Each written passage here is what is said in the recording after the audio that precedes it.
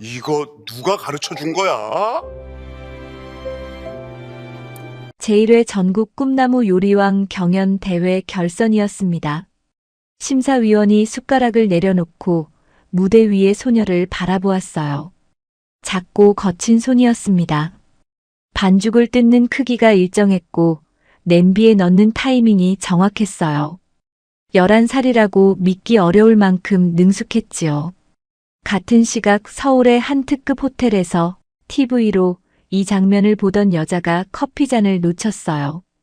이 소녀는 알지 못했습니다. 4년간 기다려온 사람이 지금 화면 너머에서 같은 맛을 떠올리고 있다는 것을요. 이야기 시작하기 전에 구독과 좋아요 눌러주시고 어디서 듣고 계신지 남겨주시면 단짝 친구처럼 인사드리겠습니다. 충청도 깊은 산골이었습니다. 논두렁 끝자락에 기와 몇 장이 내려앉은 시골집이 한 채 있었지요. 마당에는 장독대 3개, 고무대야 하나, 빨랫줄에 걸린 누런 수건이 전부였습니다. 새벽 5시에 방문이 삐걱 열렸어요. 11살 소녀 한서아가 두 손에 입김을 불며 마루로 나섰지요. 맨발이었습니다. 작년 겨울에 신던 운동화는 밑창이 닳아서 비 오는 날에만 억지로 꿰어 신었어요. 발 뒤꿈치가 갈라져 있었지만 서아는 아프다는 말을 한 적이 없었지요. 부엌 시멘트 바닥이 차가웠습니다. 서아는 가마솥 뚜껑을 열고 남은 밥에 찬물을 부어 5살짜리 남동생 도윤이가 먹을 죽을 쑤기 시작했어요. 나무 주걱으로 천천히 저으며 입속으로 숫자를 세었지요. 1, 2, 3, 4. 수제비 반죽을 뜯을 때 세는 박자였습니다. 할머니가 가르쳐준 대로 넷을 세는 동안 반죽을 뜯으면 크기가 딱 맞았거든요. 안방에서 울음소리가 났어요. 서아가 달려가 도윤이를 등에 업었지요. 도윤아, 누나가 맛있는 거 만들었어. 먹자. 도윤이가 눈을 비비며 누나 목을 꼭 잡았습니다. 그 작은 손가락이 목덜미에 닿을 때마다 서아는 웃었어요. 할머니 박복수는 올해 83이었어요. 평생 밭일을 해서 등이 기역자로 굽어 있었지요. 새벽마다 밭에 나갔고 오후에는 장에 나무를 팔러 갔습니다. 그 나물 몇 단 파는 돈이 세 식구의 전부였습니다. 학교 무료 급식에 고기 반찬이 나오는 날이면 서아는 밥만 먹고 나머지를 슬쩍 비닐봉지에 싸서 가방에 넣었어요. 짝꿍이 물었지요. 서아야, 왜 안 먹어? 배불러서. 아침부터 죽 한 숟갈밖에 먹지 못한 배에서 꼬르륵 소리가 났지만 서아는 가방끈을 배 위에 꼭 눌렀습니다. 집에 돌아와 비닐봉지를 펼치면 도윤이가 두 손을 벌리며 달려왔어요. 돈가스를 한 입 베어 물고 눈을 반달처럼 접는 도윤이를 보면 배고픈 것쯤은 아무것도 아니었지요. 서아에게 하루 중 가장 좋은 시간은 부엌에 서는 시간이었습니다. 할머니의 들깨 수제비를 만들 때였지요. 다른 집 수제비와는 달랐어요. 할머니는 밀가루 반죽에 감자를 갈아 넣었습니다. 그러면 반죽이 쫄깃해지면서도 속이 부드러워졌지요. 그리고 들깨를 맷돌에 직접 갈았어요. 마당 한쪽에 오래된 맷돌이 하나 있었습니다. 돌 윗짝이 무거워서 서아 혼자는 돌리기 힘들었지요. 할머니가 위를 잡고 서아가 아래를 잡고 둘이 함께 돌렸습니다. 맷돌 사이로 들깨가 갈려 나올 때 고소한 냄새가 온 마당에 퍼졌어요. 그 냄새를 맡으면 도윤이가 마당으로 뛰어나왔지요. 코를 킁킁거리며 맷돌 옆에 쪼그려 앉았습니다. 서아가 도윤이 코에 들깨 가루를 묻혀주면 도윤이가 까르르 웃었어요. 국물이 끓기 시작하면 할머니가 서아를 불렀지요. 이리 와봐라. 할머니가 반죽 덩어리를 서아 손에 쥐어주었습니다. 봐라, 이렇게 넷을 세면서 뜯어야 해. 1, 2, 3, 4. 이 크기가 딱 맞아. 할머니가 서아의 손을 잡고 함께 뜯었어요.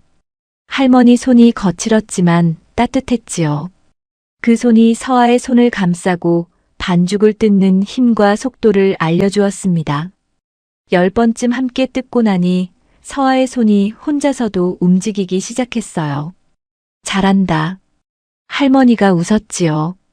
이 수제비에는 비밀이 하나 더 있었습니다. 할머니가 마지막에 꼭 넣는 것이 있었어요. 된장 반 숟갈이었지요. 들깨 국물에 된장을 반 숟갈만 넣으면 맛이 깊어졌습니다. 다른 사람들은 들깨탕에 된장을 넣지 않았어요. 할머니만의 방식이었지요. 할머니, 왜 된장을 넣어요? 복순이 먼 산을 바라보며 말했습니다. 옛날에 내가 장사하던 식당에서 이렇게 했어. 내 할아버지가 맷돌 깎아주고 나는 수제비를 끓여 팔았지.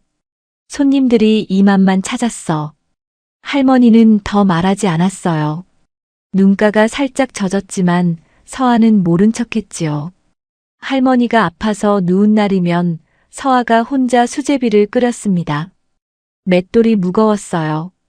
두 손으로 잡고 온몸의 무게를 실어 돌렸지요. 손바닥이 빨갛게 까졌습니다. 된장 반 숟갈을 넣고 한 번 저었어요. 하나, 둘, 셋, 넷. 할머니가 일어나 부엌에 와서 한 숟갈 떠먹었지요. 눈을 감았습니다. 내 맛이다. 그 말이 서아에게는 세상에서 가장 큰 칭찬이었어요. 어느 날 학교 영양사 김 선생님이 서아를 불렀지요. 서아야, 저번 조리 실습 때 내가 끓인 수제비 말이야. 그때 김 선생님이 서아가 끓인 수제비 남은 국물을 한 모금 떠먹고 숟가락을 내려놓았었지요. 한참을 말이 없었습니다. 서아야, 군청에서 어린이 요리 대회를 하는데 나가볼래? 선생님이 추천서 써줄게. 서아의 눈이 반짝였어요. 그날 밤 서아는 이불 속에서 잠이 오지 않았지요. 요리 대회라는 말이 머릿속에서 맴돌았습니다. 그런데 잠을 못 이루고 있는 사람이 서아만은 아니었어요. 마루에서 소리가 들렸지요. 살금살금 다가가 보니 할머니가 마루 끝에 혼자 앉아 있었습니다. 달빛이 할머니의 젖은 볼을 비추고 있었어요. 마당 한쪽에 놓인 맷돌을 바라보고 있었지요.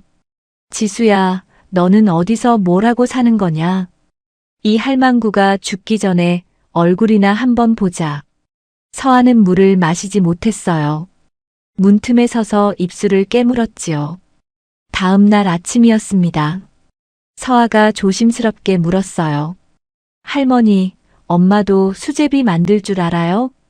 복순이 빨래를 비틀던 손을 멈추었지요. 한참을 말이 없더니 고개를 끄덕였습니다. 나보다 더 잘 만들었어. 손이 야무져서.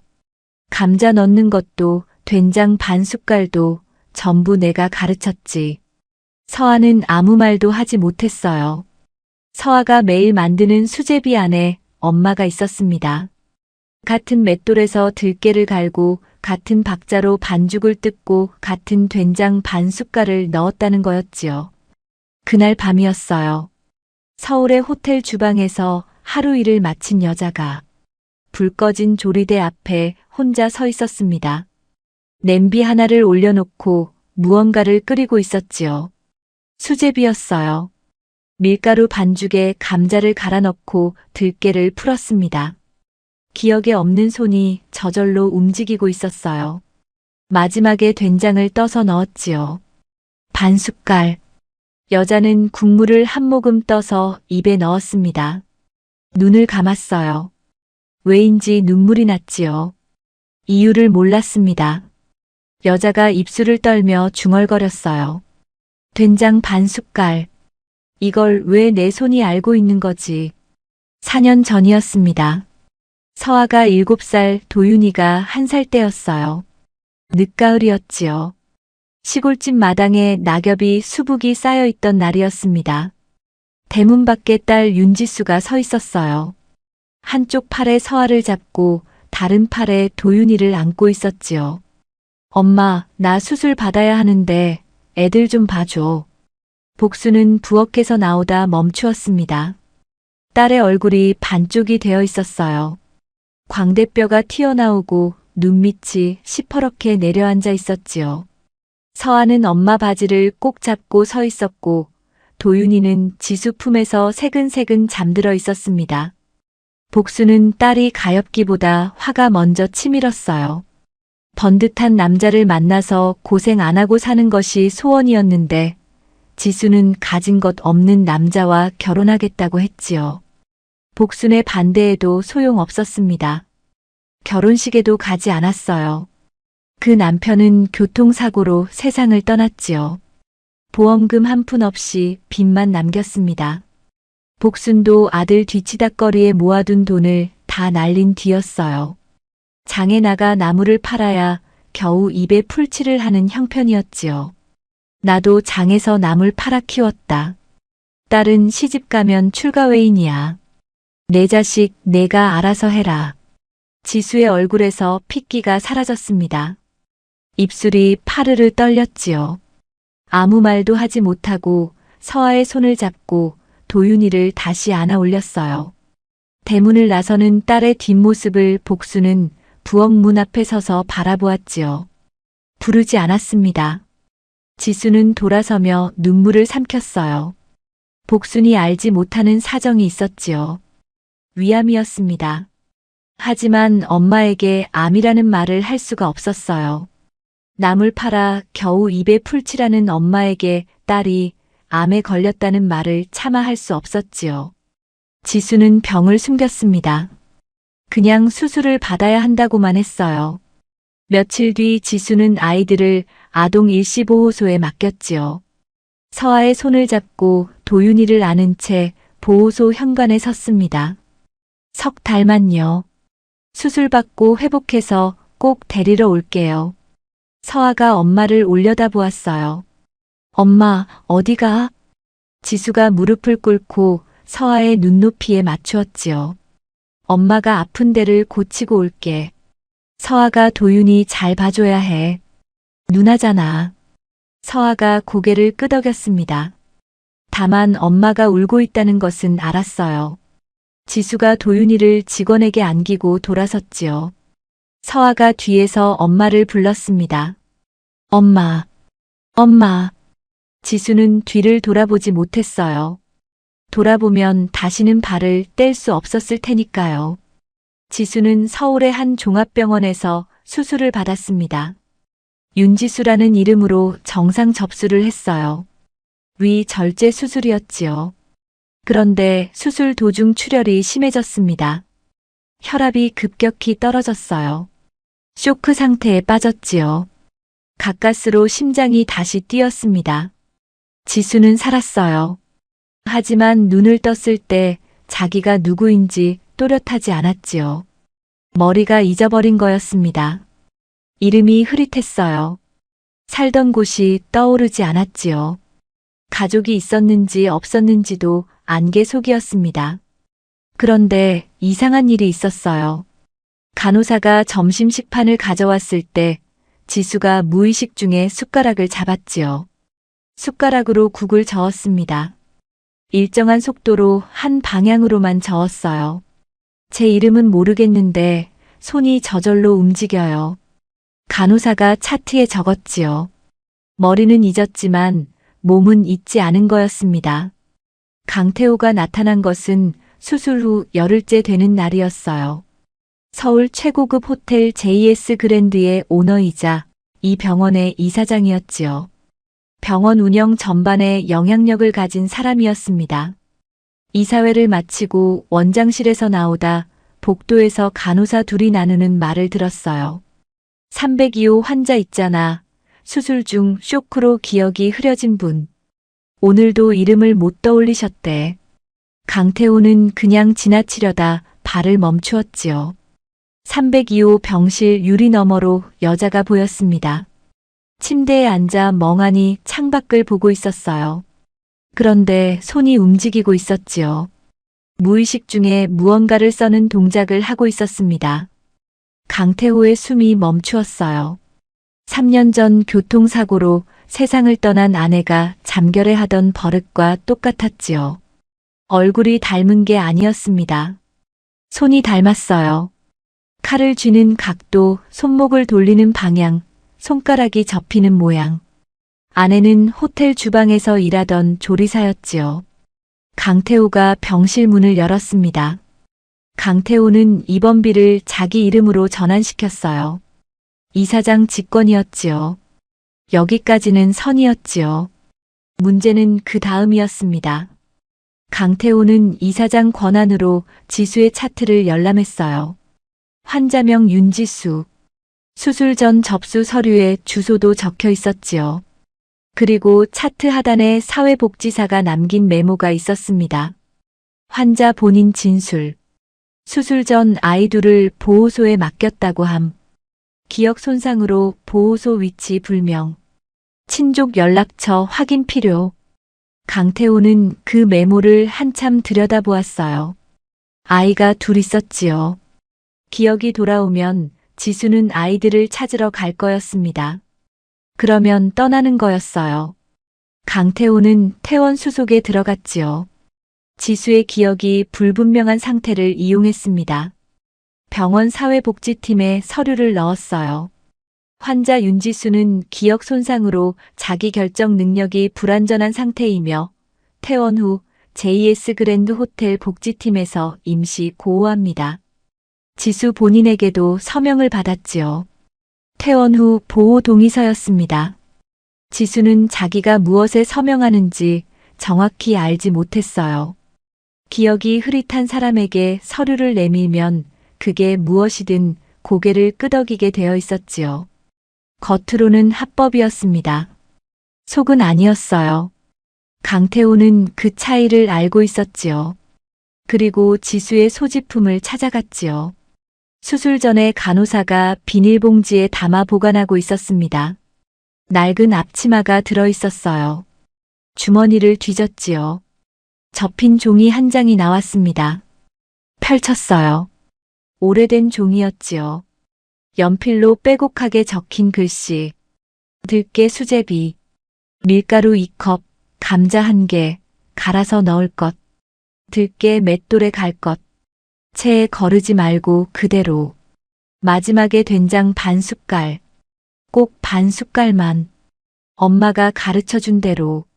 마지막 줄이 눈에 박혔어요. 엄마가 가르쳐준 대로. 이 사람에게 엄마가 있었지요. 아이들이 있었습니다. 돌아갈 곳이 있었어요. 강태호는 종이를 접어서 자기 양복 안주머니에 넣었지요. 서재에 가져가 서랍에 넣고 자물쇠를 잠갔습니다. 지수에게는 이렇게 말했어요. 소지품은 분실된 것 같습니다. 아무것도 없었어요. 지수는 그런 줄 알았지요. 병원에서는 윤지수 씨라고 불렀습니다. 침대 위 이름표에도 차트에도 윤지수라고 적혀 있었어요. 지수도 그게 자기 이름이라는 건 알았지요. 다만 그 이름 뒤에 무엇이 있었는지가 떠오르지 않았습니다. 어디서 살았는지, 누구와 살았는지, 왜 여기 있는지. 이름만 남고 나머지가 전부 안개 속이었어요. 강태호가 퇴원 서류를 처리하며 말했지요. 호텔 직원 등록은 제가 할게요. 이름은 제가 넣어둘 테니 신경 쓰지 마세요. 지수는 고개를 끄덕였습니다. 서류에 무슨 이름이 적히는지 확인하지 않았어요. 기억이 흐린 사람에게 서류는 그냥 종이었지요. 강태호가 적어 넣은 이름은 김지현이었습니다. 병원의 윤지수와 호텔의 김지현 사이에 연결고리는 강태호의 머릿속에만 남았어요. 그가 입을 열지 않는 한 아무도 알 수 없었지요. 퇴원 후 자기 집에 방을 마련해 주었습니다. 주방에 자리도 만들었어요. 지수에게 다시 칼을 쥐어주었지요. 손이 저절로 움직였습니다. 야채를 써는 속도가 정확했고 간을 보는 감각이 살아있었어요. 보호소에서는 서아가 매일 아침 현관 유리창에 이마를 대고 밖을 내다보았습니다. 도윤이를 무릎에 앉히고 유리창 앞에 앉아 있었어요. 대문이 열릴 때마다 고개를 빼꼼 내밀었지요. 석 달이 지나고 넉 달이 지났습니다. 엄마는 오지 않았어요. 직원이 지수의 연락처로 전화를 걸었지요. 번호가 바뀌어 있었습니다. 병원에도 연락했어요. 윤지수 환자요? 퇴원하셨는데 이후 연락처가 변경되어서 저희도 연결이 안 됩니다.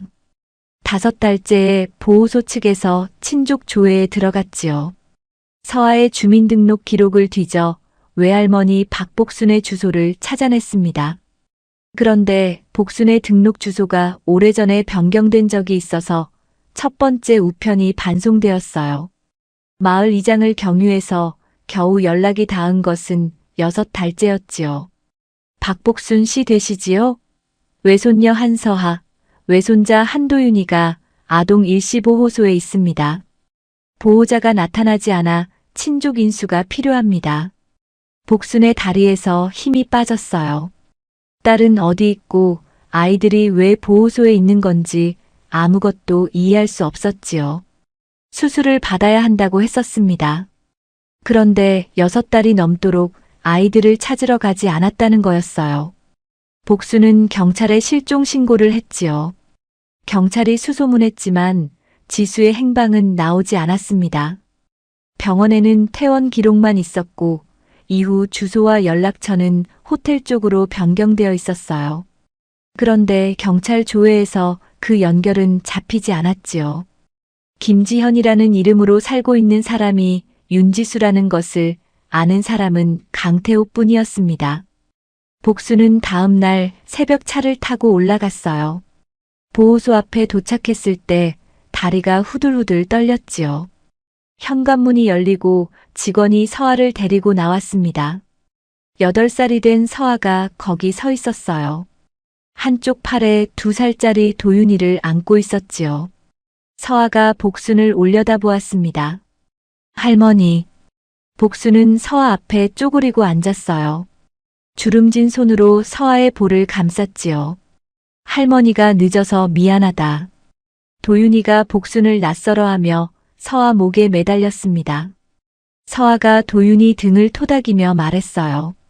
도윤아, 할머니야. 우리 할머니. 복순이 2 아이를 한꺼번에 끌어안았지요. 셋이 시골로 내려왔습니다. 시골집에 도착한 서아가 제일 먼저 본 것은 마당 한쪽에 놓인 맷돌이었어요. 서아의 눈이 커졌지요. 할머니, 이 맷돌 우리 집에도 있었어. 복순이 멈추었습니다. 엄마가 이걸로 들깨 갈았어. 나도 옆에서 봤어. 서아의 기억은 조각이었어요. 하지만 맷돌의 모양과 들깨 냄새는 몸이 기억하고 있었지요. 복순의 입이 떨렸습니다. 그래, 이 맷돌로 엄마한테 수제비 만드는 법을 가르쳤다. 서아가 맷돌에 손을 얹었어요. 돌이 차가웠지요. 할머니, 나도 가르쳐줘요. 복순은 한참 동안 서아를 바라보았습니다. 맷돌 윗짝에 손을 얹었어요. 서아가 아래를 잡았지요. 둘이 함께 돌렸습니다. 들깨가 갈려 나왔어요. 고소한 냄새가 마당에 퍼졌지요. 도윤이가 마루에서 기어나와 코를 킁킁거렸습니다. 복순이 웃었어요. 내 엄마도 어릴 때 저랬다. 같은 시각이었지요. 서울의 강태호 집에서 김지현이라는 이름의 여자가 침대에 누워 천장을 바라보고 있었습니다. 손을 들어 올렸어요. 손바닥에 오래된 화상 자국이 있었습니다. 뜨거운 냄비를 잡았던 흔적이었어요. 언제 생긴 건지 몰랐지요. 그 손을 보면 누군가의 작은 손이 자기 손가락을 잡고 있던 느낌이 났습니다. 아주 작은 손이었어요. 잡으려고 하면 사라졌지요. 놓으면 다시 왔습니다. 누구의 손인지 지수는 알지 못했어요. 군청 어린이 요리 대회에서 서아는 1등을 했습니다. 상장 한 장과 문구 세트가 상품이었어요. 서아는 상장보다 심사위원이 한 마리 더 오래 남았지요. 이 수제비는 어디서 배운 거야? 할머니한테요. 할머니가 식당 하셨거든요. 심사위원이 고개를 끄덕이며 말했어요. 서하야, 전국대회에 나가볼 생각 없어? 선생님이 추천해 줄 수 있어. 심사위원이 메모지에 서울방송국 주소를 적어서 서하에게 건넸지요. 서아는 그 종이를 주머니에 넣었습니다. 서아는 그날 밤 이불 속에서 잠이 오지 않았어요. 전국대회. 텔레비전에서 하는 거였지요. 대상 상금이 500만 원이라고 했습니다. 500만 원이면 할머니 약값을 1년은 낼 수 있었어요. 그런데 서아의 머릿속에는 돈보다 다른 것이 먼저 떠올랐지요. 내가 저 무대에서 수제비를 끓이면 엄마가 볼 수도 있지 않을까? 서아는 할머니에게 말했어요. 할머니, 나 서울에서 하는 요리 대회에 나가고 싶어. 복순이 고개를 저었지요. 서울이 어딘데? 안 돼. 할머니, 텔레비전에 나오는 거야. 전국에서 다 보는 거야. 그러니까 더 안 돼. 시골 아이가 거기 가서 뭘 하겠다고. 서아가 입을 다물었습니다. 방구석에 낡은 돼지 저금통이 하나 있었어요. 할머니가 매일 아침 학교 보낼 때마다 500원짜리 동전 하나를 쥐어주었지요. 서아는 그 돈을 한 번도 쓴 적이 없었습니다. 할머니 생일에 따뜻한 장갑을 사드리려고 모은 돈이었어요. 서아는 할머니와 도윤이가 잠든 뒤 저금통을 꺼냈지요. 바닥 마개를 열자 동전들이 쏟아졌습니다. 21,000원이었어요. 서울까지 버스비가 14,000원이라는 것은 학교 컴퓨터실에서 미리 확인해 두었지요. 편도였습니다. 돌아오는 표까지 살 돈은 없었어요. 하지만 서아는 생각했지요. 상금만 타면 돌아가는 표는 그때 사면 돼. 11살의 계산이었습니다. 무모했어요. 하지만 무모하지 않으면 갈 수 없는 거리였지요. 할머니 미안해. 장갑은 다음에 꼭 사드릴게. 쪽지를 썼습니다. 할머니 미안해요. 서울에 다녀올게요. 도윤이도 데리고 갈게요. 금방 올게요. 다음 날 새벽 서아는 잠든 도윤이를 등에 업었어요. 보자기에 도윤이 옷가지와 과자 몇 봉지를 싸서 팔에 걸었지요. 부엌에서 비닐봉지 하나를 챙겼습니다. 밀가루 한 줌, 감자 한 알, 된장 한 숟갈을 랩에 싼 것, 할머니의 맷돌에서 미리 갈아놓은 들깨가루, 그리고 주머니에 군청 심사위원이 적어준 메모지를 넣었어요. 쪽지를 밥솥 위에 올려놓고 문을 나섰지요. 이불 끝자락만 덮고 웅크려 자는 할머니의 등이 보였습니다. 서아는 입술을 깨물고 돌아섰어요. 면소재지까지 30분을 걸어 버스를 탔지요. 시내 터미널에서 서울행으로 갈아탔습니다. 매표소에서 동전을 하나하나 꺼내 14,000원을 냈어요. 남은 돈은 7,000원이었지요. 그 시각 시골집에서는 복순이 눈을 떴습니다. 옆자리가 비어 있었어요. 도윤이도 없었지요. 밥솥 위에 쪽지가 눈에 들어왔습니다. 할머니 미안해요. 서울에 다녀올게요. 복순의 손이 떨렸어요. 신발도 제대로 못 신고 대문 밖으로 뛰쳐나갔지요. 마을 어귀까지 뛰어갔지만 아이들은 보이지 않았습니다. 복순은 이장 집으로 달려갔어요. 이장님, 우리 서아가 서울로 갔어요. 연락할 방법이 없어요. 서아는 3시간을 달려 서울에 도착했습니다. 터미널 안내소에서 메모지를 내밀었어요. 여기 어떻게 가요? 안내소 직원이 버스 번호를 알려주었지요. 한 번 갈아타고 내려서 또 물었습니다. 골목에서 한 번 더 물었어요. 3번을 물어서 방송국 건물 앞에 도착했지요. TV에서 보던 로고가 건물 위에 붙어 있었습니다. 서아는 그 로고를 올려다보았어요. 접수처 앞에 줄이 서 있었지요. 아이들이 부모와 함께 서류를 내고 있었습니다. 서아 차례가 왔어요. 직원이 물었지요. 보호자분은? 할머니가 시골에 계세요. 혼자 왔어요. 보호자 동의서가 있어야 하는데. 서아는 가방에서 종이 2장을 꺼냈습니다. 하나는 학교 공책을 찢어서 쓴 가짜 동의서였어요. 서아의 글씨로 이렇게 적혀 있었지요. 나 박복수는 손녀 한서아가 요리 대회에 나가는 것을 동의합니다. 글씨가 삐뚤빼뚤했습니다. 직원이 종이를 보았어요. 이건 받을 수 없어. 보호자가 직접 쓴 게 아니잖아. 서아의 얼굴이 하얘졌지요. 그때 서아가 다른 종이 한 장을 내밀었습니다. 군청 어린이 요리대회 추천서였어요. 학교 영양사 김 선생님이 써준 거였지요. 직원이 추천서를 읽었습니다. 발신자 연락처가 적혀 있었어요. 직원이 전화기를 들었지요. 여보세요. 초등학교 김영숙 선생님이시죠? 한서아 학생 건으로 전화드립니다. 서아가 거기까지 갔어요? 네, 제가 추천했습니다. 보호자는 시골에 할머니가 계신데 연락이 어려운 상황이에요. 제가 보증하겠습니다. 직원이 전화를 끊고 서아를 보았지요. 일단 예비 참가로 접수할게. 대신 보호자 확인이 될 때까지는 정식 참가가 아니야. 알겠지? 서아가 고개를 끄덕였습니다. 직원이 덧붙였어요. 오늘 밤 잘 때가 있어? 서아가 대답하지 못했지요. 직원이 내선 전화를 들었습니다. PD님, 미성년 참가자 한 명이 보호자 없이 왔는데요. 동생도 있어요. 임시 대기실 사용 가능한지 확인 부탁드립니다. 제작진이 대기실 한쪽에 간이 침대를 놓아주었어요. 그리고 김 선생님에게 받은 정보로 이장 집에 바로 전화를 걸었지요. 이장이 읍내에 볼일 보러 나간 터라 받지 않았습니다. 다시 걸었어요. 또 안 받았지요. 세 번째 전화가 연결된 것은 다음 날 저녁이었습니다. 이장이 집에 돌아와서야 전화를 받은 거였어요. 이장 부인이 복순에게 달려왔지요.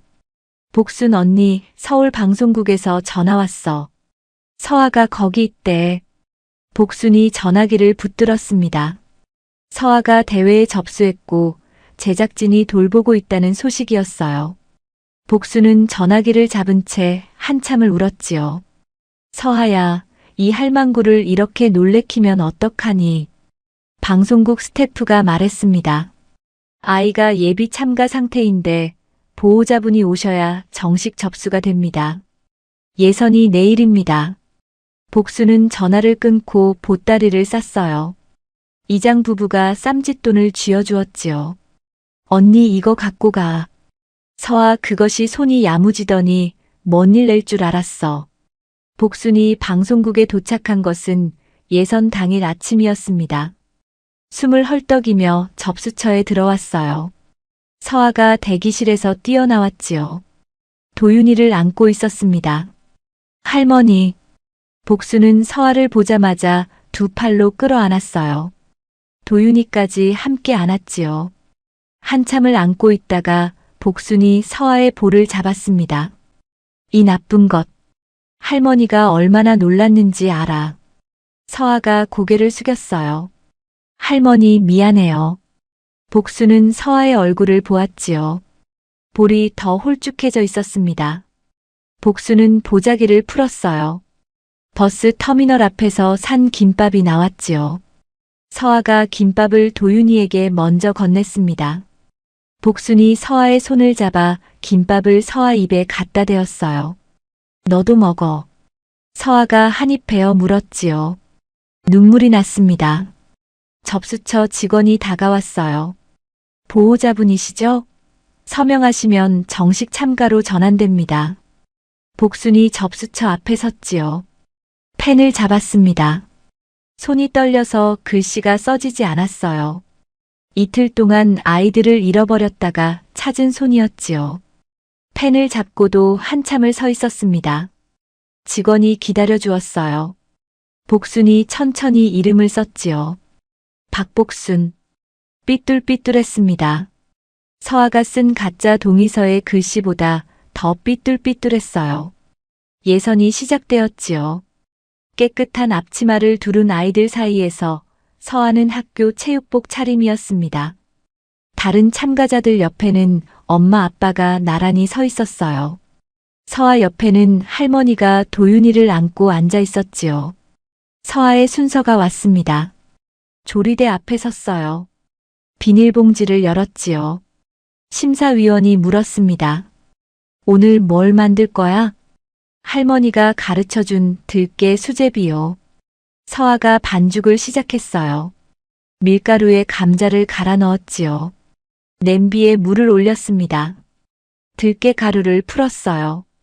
물이 끓기 시작했지요. 하나, 둘, 셋, 넷. 할머니의 박자 그대로 반죽을 뜯어 냄비에 넣었습니다. 마지막에 된장을 랩에서 풀었어요. 반 숟갈을 떠서 넣었지요. 한 번 저었습니다. 심사위원 3명이 숟가락을 들었어요. 첫 번째 심사위원이 국물을 떠서 마셨지요. 눈썹이 올라갔습니다. 두 번째 심사위원이 수제비를 한 점 집어먹었어요. 세 번째 심사위원이 물었지요. 이거 집에서 혼자 만든 거야? 네. 할머니가 아플 때는 제가 만들어요. 서아는 예선을 통과했습니다. 결선 생방송까지 사흘이 남았어요. 스태프가 다가왔지요. 할머니, 근처에 작은 숙소가 하나 있는데 제작진 쪽에서 일부 지원해 드릴 수 있어요. 복수는 보자기에서 쌈짓돈을 꺼냈습니다. 이장 부부가 쥐어준 돈이었어요. 방값의 반을 냈지요. 나머지 반은 제작진 지원이었습니다. 그날 밤 셋이서 좁은 방에 나란히 누웠지요. 시골집 방과 다를 것 없이 할머니가 도윤이를 안고 서아가 등 뒤에 붙었습니다. 할머니, 나 결선에서 잘할 수 있을까? 복순이 서아의 머리를 쓸어 넘겼지요. 잘하고 못하고가 어딨어. 할머니한테 끓여주듯이 그냥 끓이면 돼. 서아가 고개를 끄덕였습니다. 할머니, 또 뭐? 내가 수제비 끓이면 엄마가 볼 수 있을까? 복순의 손이 멈추었어요. 한참 동안 아무 말이 없었지요. 아주 작은 목소리가 들렸습니다. 그래, 볼 수 있을 거다. 서아는 눈을 감았어요. 복수는 눈을 뜨고 있었지요.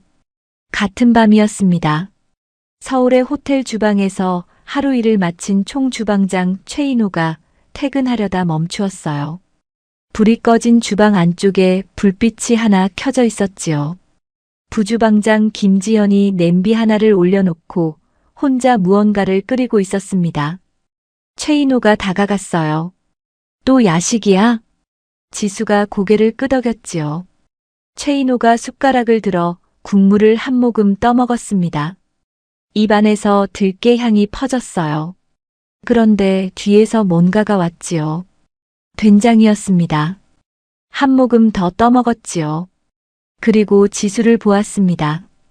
김지연 씨, 이거 누가 가르쳐 줬어? 지수가 고개를 저었어요. 몰라요. 그냥 손이 이렇게 해요. 최인호는 더 묻지 않았지요. 하지만 그 국물 맛은 기억해 두었습니다. 사흘 뒤 결선 심사위원석에서 같은 맛을 다시 만나게 될 줄은 아직 몰랐어요. 결선 생방송 날이 밝았습니다. 방송국 앞에 사람들이 길게 서 있었어요. 예선 방송 이후 보호자 없이 동생을 업고 혼자 서울까지 와서 수제비를 끓인 소녀의 이야기가 입소문을 타고 퍼졌지요. 방청석 표가 하루 만에 동이 났습니다. 숙소에서 복순이 서아의 머리를 빗겨주고 있었어요. 도윤이는 이불 위에서 뒹굴고 있었지요. 할머니, 나 떨려요. 떨리면 어쩔 거냐? 그냥 할머니한테 끓여주듯이 끓여. 복순이 보자기에서 뭔가를 꺼냈습니다. 깨끗한 흰색 앞치마였어요. 장터에서 나물 파는 돈으로 산 거였지요. 서아야, 이거 입고 올라가. 서아가 앞치마를 두르고 끈을 묶었습니다. 복순이 매듭을 고쳐주며 말했어요. 내 맛이다 소리 듣고 와라. 서아가 웃었지요. 무대 위에 조명이 켜졌어요.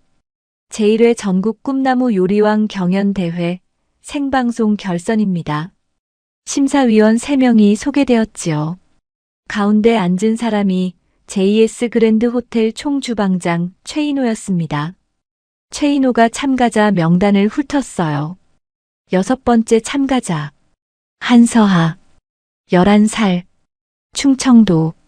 들깨 수제비. 며칠 전 밤에 먹었던 그 국물 맛이 떠올랐지요. 최인호는 고개를 살짝 기울이고 명단을 내려놓았습니다. 참가자들이 한 팀씩 무대에 올랐어요. 6번째.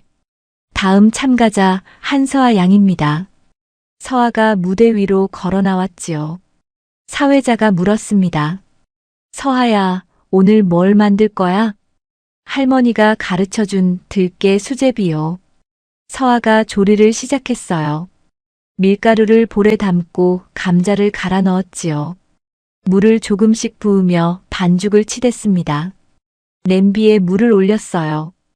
들깨 가루를 풀었지요. 고소한 냄새가 조리대 위로 퍼졌습니다. 카메라가 서아의 손을 클로즈업했어요. 물이 끓기 시작했지요. 서아가 반죽을 들어 올렸습니다. 하나, 둘, 셋, 넷. 입속으로 박자를 세며 반죽을 뜯어 냄비에 넣었어요. 크기가 일정했지요. 마지막이었습니다. 서아가 랩을 풀었어요. 된장이었지요. 반 숟갈을 떠서 넣었습니다. 한 번 저었어요. 심사위원 앞에 그릇이 놓였지요. 첫 번째 심사위원이 국물을 떠서 마시고 눈을 감았습니다. 두 번째 심사위원이 수제비를 한 점 집어먹고 고개를 끄덕였어요. 가운데 앉은 최인호가 숟가락을 들었지요. 국물을 한 모금 떠서 입에 넣었습니다. 멈추었어요. 한 모금을 더 떠서 천천히 삼켰습니다. 서아를 바라보았어요. 이거 누가 가르쳐 준 거야? 할머니요. 최인호가 숟가락을 다시 들었지요. 한 번 더 떠먹었습니다. 된장이었어요. 며칠 전 밤에 먹었던 그 맛과 똑같았지요. 김지현이 끓인 야식 수제비. 최인호의 손이 떨렸습니다. 같은 시각이었어요. 서울 강남 JS 그랜드 호텔 직원 휴게실이었지요. 벽에 걸린 TV에서 요리 경연 대회 생방송이 흘러나오고 있었습니다. 김지현이 문을 열고 들어왔어요. 커피 머신에서 커피를 뽑았지요. 잔을 들고 돌아서는데 TV 소리가 귀에 들어왔습니다. 할머니가 가르쳐준 들깨 수제비요. 아이의 목소리였습니다. 지수의 발이 멈추었어요. 잔을 든 채 TV 앞으로 걸어갔습니다. 무대 위에 작은 소녀가 서 있었어요. 끓는 냄비 앞에서 반죽을 뜯고 있었지요. 하나, 둘, 셋, 넷. 지수의 손에서 커피잔이 미끄러졌습니다. 바닥에 깨지면서 검은 커피가 하얀 조리복 위로 퍼졌어요. 지수는 깨진 잔을 보지 않았지요. 화면 속에서 소녀가 된장을 꺼냈습니다. 반 숟갈. 지수의 손이 떨리고 있었어요. 자기도 모르게 같은 동작을 하고 있었지요. 허공에서 반죽을 뜯는 동작이었습니다. 소녀의 얼굴, 까만 눈, 홀쭉한 볼, 본 적이 없는 얼굴이었어요. 그런데 가슴이 뛰었지요. 무대 위에서 사회자가 서아에게 물었어요. 서아야, 이 수제비가 서아한테 특별한 이유가 있어? 잠깐 말이 나오지 않았습니다. 이 수제비는 할머니가 엄마한테 가르쳐 준 거예요. 지금은 제가 배우고 있어요. 서아의 눈에 물이 차올랐어요. 엄마를 찾고 싶어서 여기 나왔어요. 이 맛을 아는 사람은 우리 가족밖에 없거든요. 서아의 눈에서 눈물이 흘렀지요.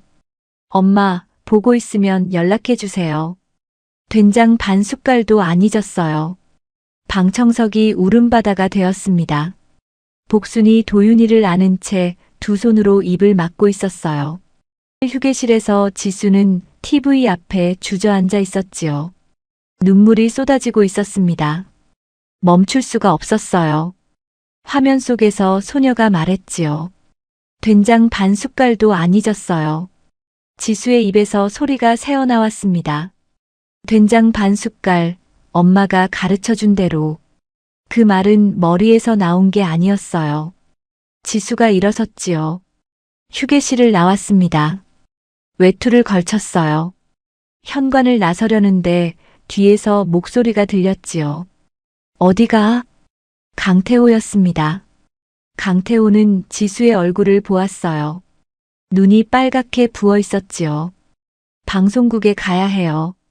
TV에 나온 아이를 만나야 해요. 강태호의 얼굴이 굳었습니다. 지연 씨, TV에서 감동적인 장면 보고 감정이입한 거야. 며칠 지나면 괜찮아질 거야. 지수가 고개를 저었어요. 감정이입이 아니에요. 강태호가 지수의 팔을 잡았지요. 오늘은 늦었으니까 내일 이야기하자. 지수는 팔을 빼지 못했습니다.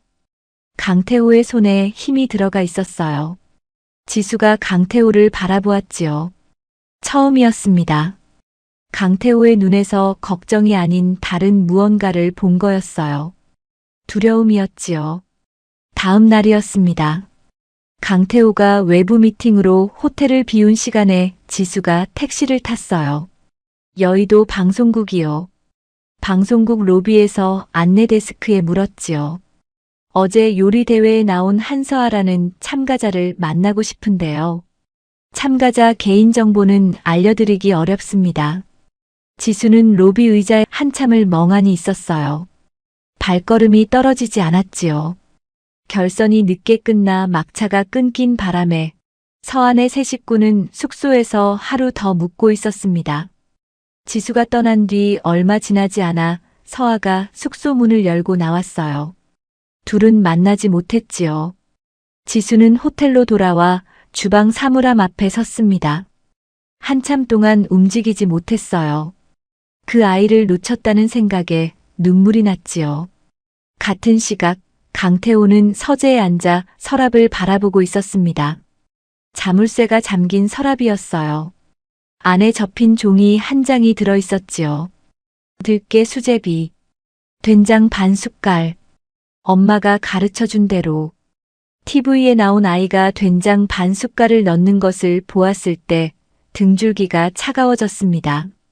지수가 그 아이를 만나면 기억이 돌아올 수도 있었어요. 기억이 돌아오면 모든 것이 드러나는 거였지요.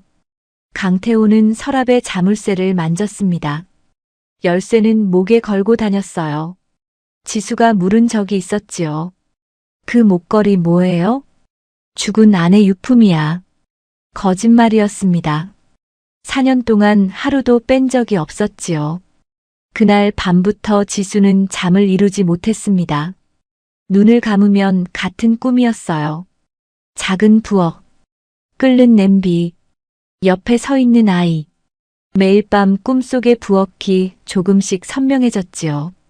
시멘트 벽이 보이고 작은 창문이 보이고 창밖 마당에 맷돌이 놓여 있었습니다. 잡으려고 하면 사라지는 아이의 손만 밤마다 남았어요. 며칠 뒤 저녁이었지요.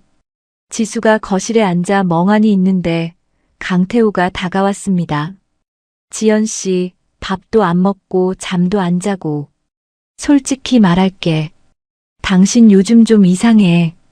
좋은 선생님 한 분 소개해 줄게. 상담만 받아보자. 지수가 고개를 들었어요. 나는 아프지 않아요. 강태호가 대답하지 않았지요. 자리에서 일어나 서재로 들어갔습니다. 서재 문이 닫혔어요. 지수가 혼자 남았지요. 그때 주방 쪽에서 발소리가 들렸습니다. 이씨 아주머니였어요. 강태호 밑에서 15년 넘게 일한 사람이었지요. 지수가 이 집에 오기 전부터 있었습니다.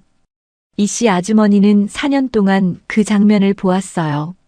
강태호가 지수가 혼자 외출하려고 할 때마다 막던 장면이었지요. 현관 앞에서 빨래를 안고 서서 다 보았습니다. 4년 동안 눈을 감아왔지요. 사장님이 지수의 연락처를 바꾸는 것도 보았습니다. 소지품을 서랍에 넣는 것도 보았어요. 그때는 사장님의 일이라고 생각했지요. 하지만 더는 못 참겠었습니다. 사장님의 눈이 지수를 걱정하는 눈이 아니었어요. 가두는 눈이었지요. 이씨 아주머니가 지수 옆에 앉았지요. 목소리를 낮추었습니다. 김지연 씨. 지수가 고개를 들었어요. 아주머니의 눈이 빨개져 있었지요. 이 말하면 나는 잘려요. 그래도 더는 못 참겠어요. 지수의 심장이 뛰었습니다. 지연 씨가 수술 받기 전에 가지고 있던 물건이 있어요. 사장님 서재 서랍에 있어요. 자물쇠가 잠겨 있는 서랍이요.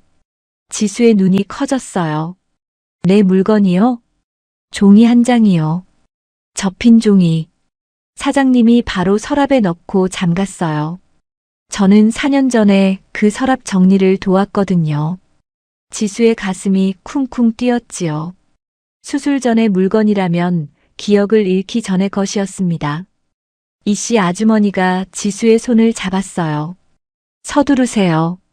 사장님이 상담을 밀어붙이면 그 전에 가셔야 해요. 다음 날이었지요. 강태호가 오전 내내 외부 일정이 잡혀 있었습니다.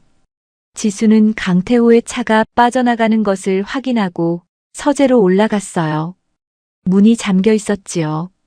이 씨 아주머니가 뒤따라왔습니다. 마스터키를 건네주었어요. 손이 떨렸지요. 이 씨 아주머니의 손도 떨리고 있었습니다. 15년을 일한 자리였어요. 이 열쇠를 건네는 순간 돌아갈 수 없었지요. 지수가 문을 열었습니다. 서재 안으로 들어갔어요. 책상 오른쪽 아래 서랍. 자물쇠가 달려 있었지요. 열쇠는 사장님이 항상 목에 걸고 다녀요. 여부는 없어요. 지수는 서랍을 잡아당겼습니다. 잠겨 있었어요. 책상 위를 둘러보았지요. 편지칼이 있었습니다. 편지칼을 서랍 틈에 밀어 넣었어요. 힘을 주었지요. 나무가 삐걱거렸습니다. 한 번 더 밀었어요. 자물쇠가 부러지면서 서랍이 열렸지요. 안에 비닐봉지 하나가 있었습니다. 지수가 비닐을 열었어요. 접힌 종이 한 장이 나왔지요. 여러 번 접혀 있었습니다. 지수가 조심스럽게 펼쳤어요. 오래된 종이였지요. 연필로 빼곡하게 적힌 글씨. 들깨 수제비. 밀가루 2컵, 감자 1개, 갈아서 넣을 것. 들깨 맷돌에 갈 것. 체에 거르지 말고 그대로. 마지막에 된장 반 숟갈. 꼭 반 숟갈만. 엄마가 가르쳐준 대로. 지수의 손이 떨렸어요. 기억이 돌아온 것은 아니었지요. 하지만 이 글씨가 자기 손으로 쓴 것이라는 것은 알았습니다. 회계 기울기가 지금 자기 글씨와 같았어요. 마지막 줄을 다시 읽었지요. 엄마가 가르쳐준 대로. 엄마가 있었습니다. 자기에게 엄마가 있었어요. 이 수제비를 가르쳐준 엄마가요. 그리고 무대 위에서 같은 수제비를 끓인 아이가 있었지요. 된장 반 숟갈을 넣은 아이. 종이가 여러 번 접혀 있어서 안쪽 면이 하나 더 있었습니다. 강태호는 앞면만 보고 서랍에 넣었던 거였어요. 지수가 마지막 접힌 면을 펼쳤지요. 연필 글씨가 흐릿하게 보였습니다. 주소였어요. 충청도의 주소. 지수는 종이를 품에 넣고 서재를 나왔지요. 이 씨 아주머니가 복도에서 기다리고 있었습니다. 지수가 아주머니의 손을 잡았어요. 고마워요. 가세요. 빨리. 지수는 버스터미널로 갔어요. 충청도행 표를 끊었지요. 주머니에 있는 돈이 빠듯했습니다. 버스를 타고 3시간을 달렸어요. 충청도 시외버스 터미널에 내려서 택시를 잡았지요. 이 주소로 가주세요. 택시가 시골길로 접어들었습니다. 논밭이 펼쳐졌어요. 종이에 적힌 주소지에 도착했지요. 지수가 차에서 내렸습니다. 빈터였어요. 집은 허물어져 있었지요. 지붕이 내려앉고 벽이 무너져 있었습니다. 마당에 풀이 허리까지 자라 있었어요. 지수는 풀 사이로 걸어 들어갔지요. 무너진 부엌자리가 보였습니다.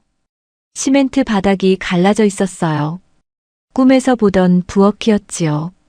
시멘트 벽, 작은 창문. 지수의 다리에 힘이 풀렸습니다. 바닥에 주저앉았어요. 여기였지요. 여기서 수제비를 끓였습니다.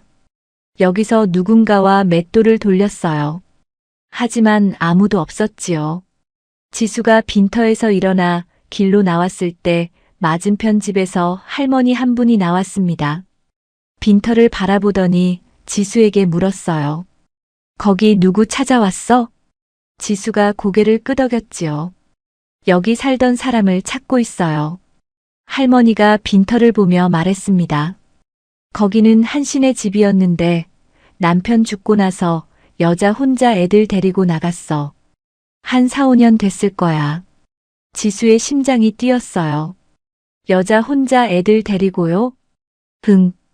윤지수라고 했나? 친정 어머니가 근처 마을에 사셨는데 지수의 입이 떨렸지요. 친정 어머니요? 박복순 씨. 여기서 차로 한 30분 가면 산골에 사셔. 장에서 나물 파시는 분이야. 손녀를 키우고 있다고 들었어. 지수는 그 이름을 입속으로 되뇌었습니다. 박복순. 엄마. 기억이 돌아온 것은 아니었어요. 하지만 그 이름을 듣는 순간 가슴 깊은 곳에서 무언가가 흔들렸지요. 할머니, 그 마을이 어디예요? 할머니가 마을 이름을 알려주었습니다. 하지만 해가 지고 있었어요. 지수는 이웃 할머니에게 다시 물었어요. 그 마을에 지금 가려면 어떻게 가요? 할머니가 고개를 저었지요. 이 시간에는 버스가 없어. 내일 아침 첫 차가 6시야. 지수는 빈터 앞에 주저앉았습니다. 오늘은 갈 수 없었어요. 할머니가 지수를 보더니 말했지요. 우리 집에서 하룻밤 자고 가. 내일 아침에 첫 차 태워줄게. 지수는 그 이름과 마을 이름을 손바닥에 볼펜으로 적었습니다. 지워질까봐 2번 적었어요. 이번에는 놓치지 않을 거였지요. 같은 시각이었습니다. 강태호가 외부 일정을 마치고 집으로 돌아왔어요. 서재 문이 열려 있었지요. 서랍이 부러져 있었습니다. 비닐봉지가 빈 채로 놓여 있었어요. 종이가 없었지요. 강태호는 서랍 앞에 서서 한참 동안 움직이지 못했습니다. 목에 걸린 열쇠를 잡았어요. 의미가 없어진 열쇠였지요. 4년 동안 잠가 두었던 것이 풀려나갔습니다. 강태호의 입에서 한마디가 새어나왔어요. 끝났구나. 다음 날 새벽이었습니다. 지수는 이웃 할머니 집에서 눈을 떴어요. 왼손 손바닥을 보았지요. 볼펜으로 적은 글씨가 남아 있었습니다. 박복순. 마을 이름. 할머니가 아침 첫 차 시간을 알려주었어요. 6시에 마을 입구에서 버스가 온다고 했지요. 지수는 할머니에게 고개를 숙여 인사하고 길을 나섰습니다. 같은 시각, 시골집에서는 서아가 맷돌에 들깨를 갈고 있었지요. 혼자 돌리기엔 무거웠습니다. 2 손으로 잡고 온몸의 무게를 실었어요. 도윤이가 마루에서 코를 킁킁거리며 말했지요. 누나, 맛있는 냄새. 복수는 마루에 앉아 서아가 맷돌을 돌리는 뒷모습을 바라보고 있었습니다. 마을 버스가 산골 마을에 멈추었어요. 지수가 내렸지요. 마을 입구 구멍가게 앞에서 물었습니다. 박복순 시댁이 어디예요? 복순이 할머니. 저 위에 논두렁 끝에 기와집이야. 근데 누구세요? 지수가 대답하지 못했어요. 논두렁 길을 걸었지요. 논두렁 끝자락에 기와 몇 장이 내려앉은 시골집이 보였습니다. 마당에 장독대 3개, 고무대야 하나, 빨랫줄에 걸린 누런 수건. 그리고 마당 한쪽에 맷돌이 놓여 있었어요. 지수의 발이 멈추었지요. 꿈에서 보던 그 맷돌이었습니다. 윗짝이 무겁고 아랫짝에 홈이 파여 있었어요. 지수의 눈에서 눈물이 흘렀지요. 대문이 열려 있었습니다. 부엌에서 연기가 올라오고 있었어요. 냄새가 났지요. 고소한 냄새. 들깨였습니다. 지수의 다리가 움직이기 시작했어요. 대문을 넘어 마당으로 들어갔지요. 부엌 쪽으로 걸었습니다. 부엌 문이 열려 있었어요. 안에서 누군가가 냄비 앞에 서 있었지요. 작은 사람이었습니다. 등을 보이고 서 있었어요. 반죽을 뜯어 냄비에 넣고 있었지요. 하나, 둘, 셋, 넷. 지수의 발이 문턱 앞에서 멈추었습니다. 한 발짝을 떼지 못했어요. 박자가 귀에 들어오고 있었지요. 하나, 둘, 셋, 넷. 지수의 손이 떨렸습니다. 온몸이 알고 있었어요. 이 박자를 자기도 세고 있었다는 것을요. 지수는 문턱을 잡았지요. 다리에 힘이 없었습니다. 작은 사람이 냄비에 마지막 반죽을 넣고 고개를 돌렸어요. 서아였지요. 서아가 부엌 문 앞에 서 있는 여자를 보았습니다. 여자가 울고 있었어요. 서아의 심장이 멈추었지요. 4년이 지났지만 알고 있었습니다. 서아의 입이 떨렸어요. 엄마. 지수는 대답하지 못했어요. 입을 열었지만 말이 나오지 않았지요. 서아가 다시 불렀습니다. 엄마. 엄마 맞지? 그때 안방에서 복순이 나왔어요. 서아의 목소리를 들은 거였지요. 마당에 서 있는 여자를 보았습니다. 복순의 다리에 힘이 풀렸어요. 지수야. 지수가 복순을 보았지요. 엄마라는 소리를 듣는 순간 무릎이 꺾였습니다. 마당에 주저앉았어요. 기억이 돌아온 것은 아니었지요. 하지만 이 목소리를 알고 있었습니다. 이 마당을 알고 있었어요. 엄마. 몸에서 나온 말이었지요. 복순이 마루에서 내려왔습니다. 지수 앞에 쪼그리고 앉았어요. 주름진 손으로 지수의 볼을 감쌌지요. 우리 지수 살아있었어. 내가 죽으러 가는 줄도 모르고 등을 돌렸다. 이 못된 엄마를 용서해라. 지수가 복순의 손을 잡아 일으켰습니다. 엄마, 나왔잖아요. 늦었지만 왔어요. 지수가 서아를 끌어안았어요. 서아가 지수의 품에서 울었지요. 4년 동안 참았던 울음이었습니다. 도윤이가 마루에서 내려왔어요. 누나 왜 울어? 도윤아, 엄마야. 우리 엄마. 도윤이는 엄마라는 말을 이해하지 못한 얼굴로 지수를 올려다보았지요. 하지만 누나가 울면서 웃고 있었습니다. 도윤이가 천천히 지수에게 다가갔어요. 지수가 손을 내밀었지요. 도윤이가 지수의 손을 잡았습니다. 작은 손이었어요. 지수의 눈이 커졌지요. 이 손이었습니다. 매일 밤 꿈에서 자기 손가락을 잡고 있던 그 손. 지수가 도윤이를 안아 올렸어요. 도윤이가 지수의 목을 잡았지요. 며칠 동안 지수는 시골집에 머물며 복순과 서하, 도윤이 곁을 지켰지요. 그리고 며칠 뒤 시골집 마당에 낯선 차 한 대가 멈추었습니다. 강태호였어요. 지수가 마루에 앉아 있었지요. 강태호가 마당에 섰습니다. 지수 씨. 처음으로 본명을 불렀어요. 지수가 강태호를 바라보았지요. 당신이 처음부터 말해줬으면 나는 아이들을 찾으러 갔을 거예요. 기억이 흐려도 종이를 보면 알았을 거예요. 강태호가 고개를 숙였습니다. 사랑이라고 생각했습니다. 하지만 사랑이 아니었어요. 가둔 거였습니다.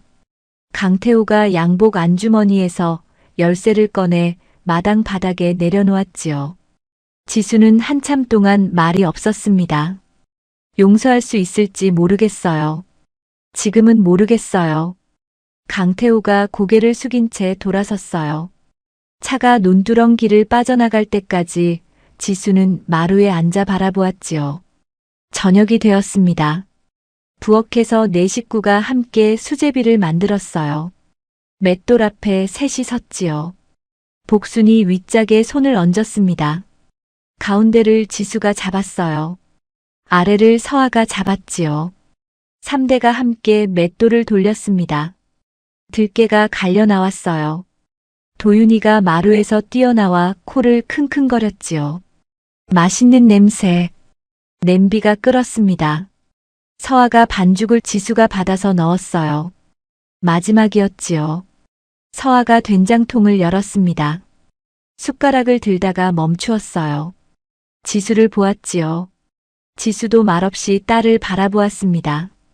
서아가 웃으며 말했어요. 엄마가 넣어요.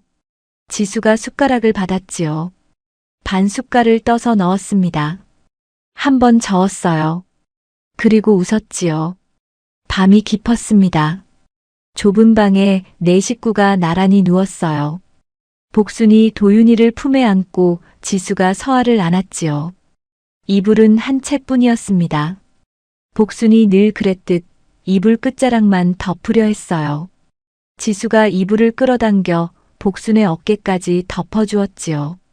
엄마, 이제는 엄마도 따뜻하게 주무세요. 복순이 눈을 감았습니다. 서아가 지수의 품에 안겨 눈을 감았어요. 지수가 낮은 목소리로 숫자를 세었지요. 하나, 둘, 셋, 넷. 복순이 눈을 떴습니다. 딸이 그 박자를 세고 있었어요. 어릴 적 부엌에서 엄마를 따라 세던 그 박자 그대로였지요. 복순은 웃었습니다. 세상에서 가장 비싼 레시피는 요리책에 없습니다. 엄마의 손끝에서 딸의 손끝으로, 할머니의 부엌에서 손녀의 부엌으로 건너가는 그 한 숟갈이지요. 기억을 잃어도 몸이 기억하고 이름을 잊어도 손이 기억하는 것. 그것이 가족입니다. 오늘 이 이야기를 들으신 여러분도 문득 떠오르는 맛이 있다면 그 맛을 만들어준 사람에게 연락해 보세요. 그 한 통화가 된장 반 숟갈보다 깊을 수 있습니다. 우리는 또 단짝처럼 다음 이야기에서 만날게요. 지금까지 사연단짝이었습니다.